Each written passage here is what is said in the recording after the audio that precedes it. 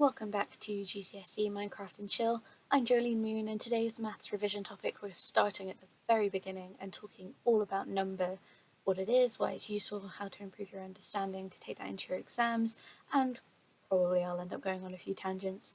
So grab a drink, get your revision notes, or whatever you're going to do while I entertain myself, and maybe you with some Minecraft, and let's get going. So I am carrying on from where I left off in my videos last time. I'm building my house. Let me know if you recognise it yet, or at any point, see if you know where I'm going with this. But anyway, let's talk about some maths while I do that. So most people think of number as the basic rules of maths topic, right? It's the arithmetic, the adding, the subtracting, the multiplying, the dividing, and of course they would be completely correct. That is what it's about. However, to me it's a lot more than that. It's the foundation, the understanding why we even use maths in the first place, like what the underpinning crucial logic behind the whole thing is, and why that's useful and why that's important, and I just think it's unappreciated or underappreciated. So that's what I'm going to talk about. So number is about relating quantities. That's fundamentally how it arose, particularly by African and Islamic scholars. And when you realize that you want to relate quantities to one another, you then, and as humanity expanded, agriculture and military and everything else that humans were doing, we had to process a lot of quantities. And investigating or discovering, depending on where you land philosophically with maths, I like to think of it as discovering that these natural rules and logic seem to naturally uncover themselves when someone studies maths and appreciates how it all works.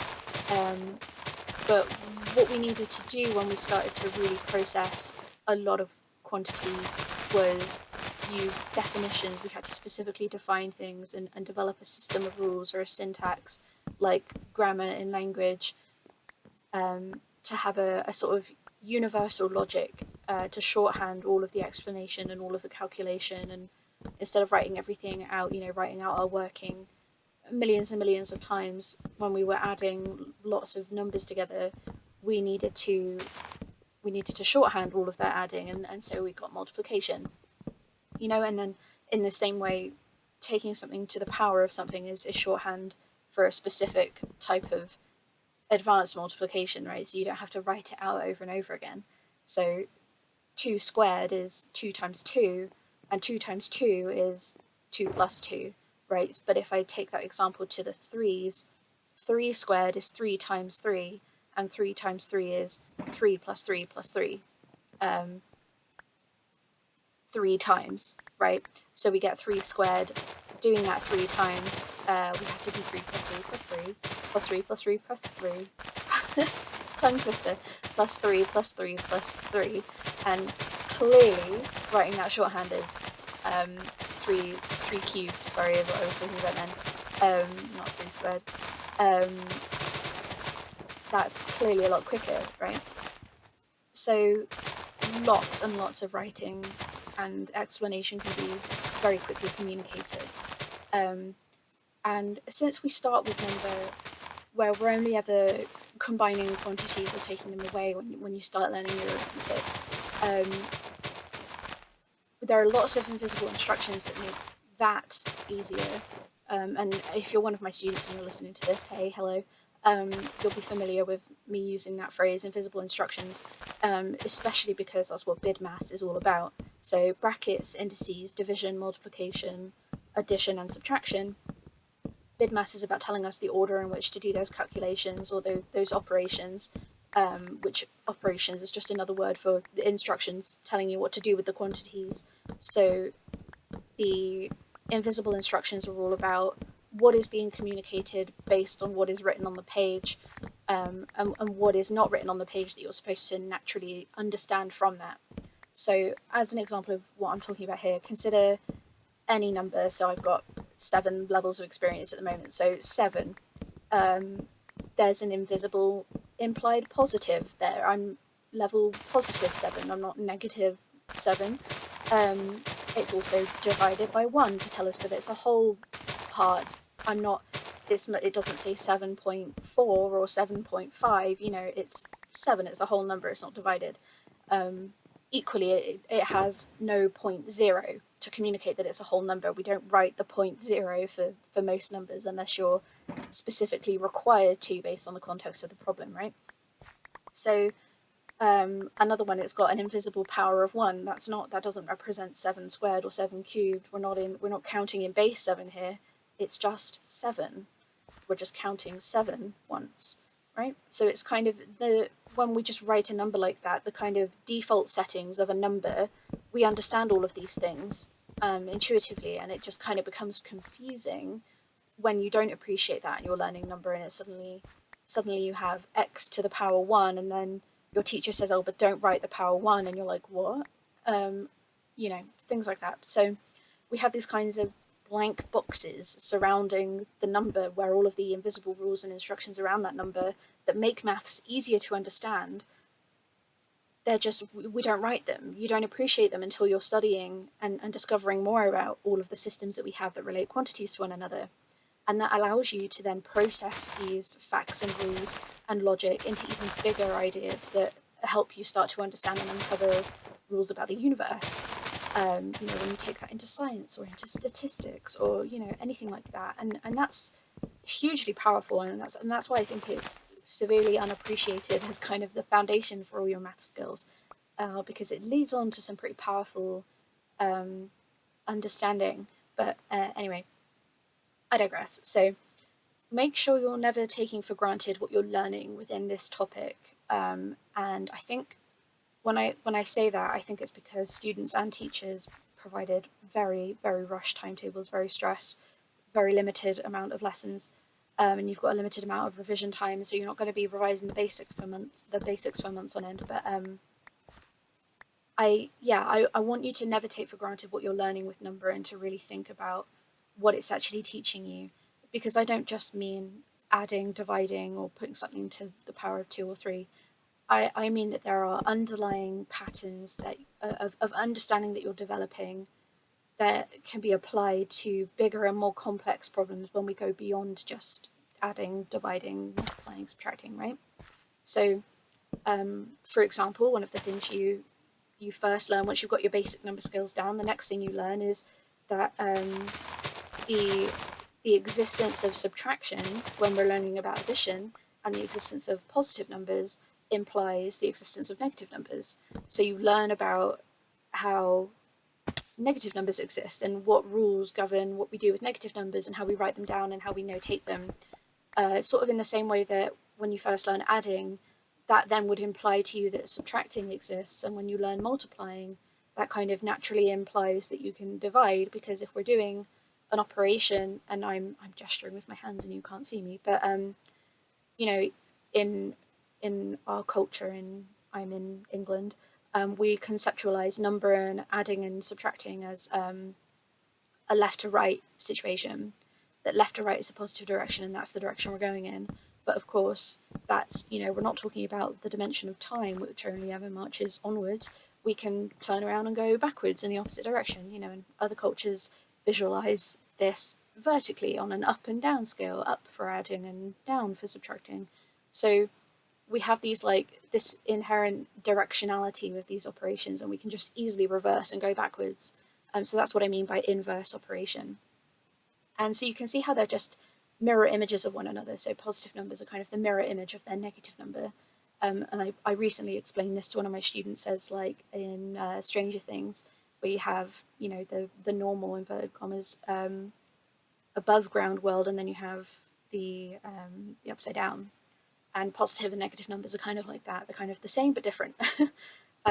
Different sides of the same coin. And when you understand what that means, you might start to ask bigger and better questions about what number even really is. Like, what do we mean? And what is a binary system of logic? How do they work? Why do they work? And that's even more fascinating. And you can't begin to ask those questions, or even get towards an answer for those questions, until you understand this.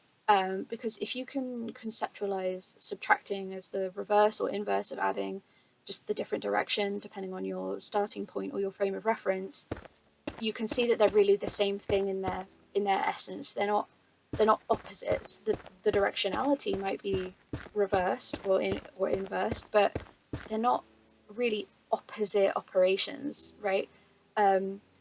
Like you might say that the opposite of adding or subtracting is not to change the quantity of number at all, right? And to just stay where you are. Like the opposite of motion isn't going in the opposite direction, it's to not be in motion. So that's kind of what I mean with that. And the same thing goes for multiplication, or squaring and square rooting, or any other pairs of operations in maths, like differentiation and integration, for example, if any calculus students are listening. It's the same thing over and over again, right? So there's lots of these binary concepts in maths, and one particularly interesting one that I want to draw people's attention to, or possibly tangent off about, is 0 and 1, because yeah, this is really going to be a little bit of a tangent, but let me explain what I mean. So how I was saying directionality and frame of reference, and the opposite of motion is not the opposite direction, it's to not move at all, right? Think about 0 and 1, which we see as this ultimate binary difference, especially in our culture in Britain and in America too. We see 0 is off and 1 is on. 0 is nothing and 1 is something. They could not possibly be more opposite. They could not be more, that is the binary. Even in binary encoding we see 0 and 1 switches off, on and off. But I would question that. I would say that when you understand what number is, and you come back to questioning what all of this invisible communication around how we notate number, how that's working, and all of these operations and concepts that you take for granted when you're learning arithmetic, you might ask, it kind of naturally, to me at least, lends itself to the question of what is the operation that gets me nothing as the result? Or equally, what is the operation that gets me 1 as the result? Because they're really specific quantities, aren't they? 0 and 1. We think of 0 or 1 as just like the starting point in the number line, but they are also these bigger concepts. They are these fundamental quantity differences to us in a very material way. But also, logically and philosophically and conceptually, 0 can represent balance, the wholeness of quantity. Nothing was added and nothing was lost. You are in the same place that you started, or you're at the same quantity that you started. Nothing changed. The opposite of motion is to not move. The opposite of some amount of quantity change is no amount of quantity change, 0. But equally, 1 represents a whole thing, a whole part, one, the concept of unity, of oneness. It is an entire amount, the full picture. When you have 6 slices of cake that were cut into 6 pieces, 6 over 6 would be the fraction there, which means you have 1 cake, right? 1 full thing.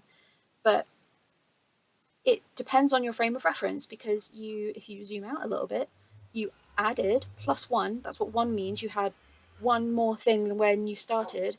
You had 1 more cake in your life, whereas you had no cake before, 0 cake, right? That is the nature of not being able to create or destroy matter or energy in our limited dimension where we exist. So if you simply zoom out your frame of reference, in this case in terms of time, you actually had 1 cake shifted from the baker to your home to share with your friends. So overall, 0 cakes were added or lost from the universe. How can you buy a cake and then there was 0 cake? But then you might say, oh, but I'll eat the cake and then there'll be no cake. So actually there might be minus 1 cake in the universe. And I would say, well, the balance is still 0, because think about it. If you've zoomed out the time scale forwards like that, you can also stretch out the time scale backwards and zoom it out that way. And equally, the cake didn't exist as a cake until the baker baked it. So one cake came into being, one cake left the shop, one cake entered your home, and one cake was eaten. So all of these exchanges of ones happened, but overall, the result was zero. So one was just zero in a specific zoomed in instant in time. So they're not that different. And everything I probably just said probably sounds like a lot of nonsense to a lot of people, and that's completely fine. It's just a concept to play around with and to consider and question what you're actually learning when you learn about numbers, and to think about what these systems of logic are teaching you. And ultimately, they are just tools to understand the world around us, to communicate and to connect with people historically through understanding our population and the world around us, and in gifts and trade, and that eventually became the modern financial hellscape that is capitalism, but also in the sciences, in statistics, in understanding the shapes and form of things, in engineering and architecture, to build and create things that are useful for us, for humanity. And if you've ever tried to make something and just like went straight from having the material to cutting it up or chopping it without any measuring, like me, you're probably pretty impatient or just not very good at crafting things, or you're otherwise very, very lucky and very good at crafting things. You otherwise probably gained an experiential appreciation for the usefulness of measuring something, right? Because you probably made mistakes if you just went straight to cutting up a piece of fabric without measuring it first. But anyway, another example to make that a bit clearer is, let's go back to our theoretical baker, right? The usefulness of ratio and quantity and proportion and number becomes quite clear here. So some people, I have a friend in my life, for example, shout out to Ren, who is an exceedingly gifted kitchen witch. They don't measure anything. They just have this inherent intuitive knowledge of what ratios and quantities need to go in a recipe and what proportions that would make the tastiest meal. For me, with my ungreen thumb and my unblessedness by the goddess of home and hearth, I need the specific quantities of how much water and sunlight a plant needs, or how many herbs perfectly season a dish, or how many grams of something will go into a recipe. I can't just intuit or just guess or know the amounts. I need each ingredient listed to get a cake just right. So for me, in that instance, the math, the number, is a tool that helps me bridge the gap between that intuitive, inherent understanding of the universe of cakes into a grounded, defined system of measurement where everyone is following the exact same agreed upon rules that allow us to check the balances and to make sure that everyone is arriving at the same conclusions of exactly how much flour versus how much butter or eggs or sugar or whatever that make a perfectly fluffy cake, no matter how big or small I need the cake to be for a given event. So if that makes sense, all of that are given. How on earth is any of this useful in your exams, you ask? Well, I'll tell you. If you're thinking about what logic underpins the rules that you're learning in number, and you can apply that, like I just did, in a real life example, and understand why that system of number logic, that system of arithmetic was useful, by the time you get to those annoying exam questions that have entire walls of text to understand and comprehend before you start calculating any answers, you'll find it much easier to know what's going on, and what you're supposed to do and how to apply that in those really tricky questions. So ultimately, learning number trains your logical brain to think about what rules and patterns are governing the systems of quantity and how to apply those rules as tools in problem solving. And that skill itself is then crucial to developing critical thinking, lateral thinking, or being a totally excellent, creative, and skilled problem solver in not just maths, in anywhere, right? And it also, in terms of the GCSE and your exam, provides the foundation to build your skills in algebra, which really levels up your problem solving, because then we take our specific quantity rules and logic and apply it broadly or generally or every single time, no matter what the quantity is. And that is incredibly powerful, and that's why I love algebra. It's kind of like the rules and systems of number on high powered rationality mode, and then investigating where those systems break down and the logic doesn't logic is incredible. And I love that. But that's kind of like the difference between a kid at school learning their arithmetic, and that's fine, versus a matured mathematician who can apply this logic to any numeric problem, who then would become an expert mathematician who can apply this algebraic logic to any problem at all. And I will talk about that more next week, and how that relates to coding and all sorts of scientific principles. Um, but yeah, so I think that'll do for today. Thank you for watching if you made it this far, and if you enjoy these chatty revision videos, give me a like or let me know in the comments what was useful about this for you, because I'm thinking about concluding this series once I've gone through each of the sort of major GCSE topics, but if people like it, I will keep it going. Um, Either way, whatever you do, um, check out my other videos for today. I'm also doing a physics and chemistry one every week. Don't forget to be kind to yourself, because our words are spells. Have a lovely rest of your week, and I shall see you next time. Yalla bye.